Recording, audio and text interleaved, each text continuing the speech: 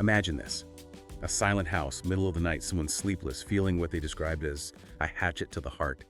That intense. That's where our story really kicks off, a moment of just raw, desperate vulnerability. Yeah, and our mission today really is to try and understand the multifaceted impact of isolation, particularly on seniors. Also, to critically look at the struggles within our helpline infrastructure, because they're often unseen, right? And maybe most importantly, to see how a community's own capacity for empathy, for direct action, can become the most vital support system when everything else seems to fail. It's a powerful lesson, I think, in what genuinely sustains us. It really is. So the story opens with this anonymous older woman from Simi Valley. She talked about this night just crying, couldn't sleep, and for over an hour just reaching for a phone in sheer desperation. It paints such a vivid picture of loneliness, doesn't it? It really does. That sense of being utterly alone in the dark. And what she found when she called? Well, frankly, it sounds infuriating. She tried dialing various lifelines, warm lines for peer support, crisis lines for emergencies, even 211, the general info line. But instead of a person, a comforting voice, recordings, busy signals, messages telling her to call back later. Which is the last thing you need in that state. Exactly. And worse, she said the couple of times she did get through to a live person, well, in her words, they sounded like 10-year-old girls who had no clue how to handle the calls. Ooh, that's rough. Yeah, and her final thought on it was just stark. They should never advertise that they provide crisis services if they do not. It just slams home that gap between what's promised and what's delivered. Okay, so after this really demoralizing experience with the official helplines feeling invisible, she does something, well, unconventional. She turns to a public social media forum, like a digital town square, and posts about her terrible night. Which takes courage. Immense courage. And here's where it gets really interesting. Her post, out there for everyone in Simi Valley to see, it apparently drew dozens of responses. Almost immediately. And this wasn't just, oh, sorry, that happened. It was an immediate flood of practical, heartfelt support. Actual help? Yeah.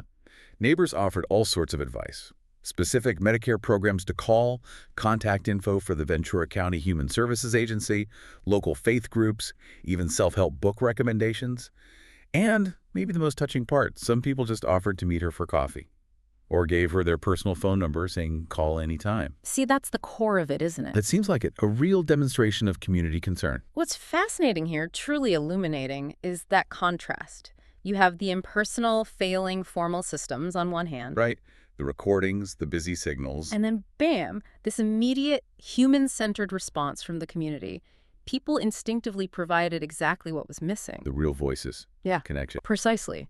They provided the feeling of being seen. And it wasn't some organized program. It was just spontaneous, an organic mutual aid network forming right there. Yeah. It really makes you think, doesn't it? These big systems aim for efficiency, maybe, but the strongest safety net might actually be hyper-local, person to person, built on just showing up. Showing up is key. It reminds us that real human connection, it isn't just a nice to have. It's fundamental. It is infrastructure, in a way. Crisis-preventing infrastructure. And interestingly, amidst all the different suggestions people offered online, one resource kept popping up over and over again. The Simi Valley Senior Center. Neighbors were really pushing it. Comments like, I think the Senior Center is a good idea. They have so many groups and classes. And another one, highlighting something specific. The Senior Center is wonderful. Mondays, they have a group with a counselor called Coping with Life. And, crucially, there's even a van to pick you up if you can't drive. They offer structured grief support, discussion groups, free legal advice clinics, health referrals, a whole range of things. Yeah. And that Coping with Life group people mentioned. It's led by a trained counselor, a dedicated space for seniors navigating loss, trauma, big life changes. That sounds incredibly valuable. And the van program just seals the deal, ensuring people can actually get there. It feels like a very thoughtful, holistic approach. Yeah, and if we connect that to the bigger picture, you really see the profound impact of a place like the Simi Valley Senior Center, a local, accessible resource. Because these centers, they offer more than just services, right? They offer that tangible sense of belonging, community, understanding, consistent human interaction. Things you just can't get from a website or a phone menu. What's encouraging is that the city staff in Simi Valley seem to get this. They really understand the center's role. Oh, yeah. What are they doing? Well, the source mentions plans already in motion, expanding wellness programs, beefing up after-hours support somehow, getting more peer volunteers involved. One staff member is quoted saying something like, "These centers are more than a center. We're a lifeline, and our community needs us now more than ever." That's great to hear, a proactive vision. It shows they see the senior center not just as, a nice facility, but as a fundamental part of the community's support structure. Yeah, absolutely. And that spirit of the community, it really shines through this whole story. Beyond the practical advice, people reached out with just genuine empathy, offering phone numbers, personal invitations for coffee. And one neighbor's comment really struck me. It offered such validation. They said, "You should be proud of yourself for reaching out. Sharing at any level is never easy. I hope the resources here bring you some comfort." Acknowledging the bravery involved. Exactly. Because it is brave to ask for help, especially after being let down, feeling so vulnerable. And, this single act of bravery, this woman reaching out, it seems it really did spark a broader conversation in Simi Valley, a conversation about how to better support their aging residents more proactively. Like what? Well, it led to real discussions about practical solutions, things like maybe setting up a volunteer phone tree so seniors don't feel so alone, especially at night, and stronger calls for more funding for these essential senior programs. That makes sense. Moving from reactive to proactive. Exactly, and it raises that question for all of us, doesn't it?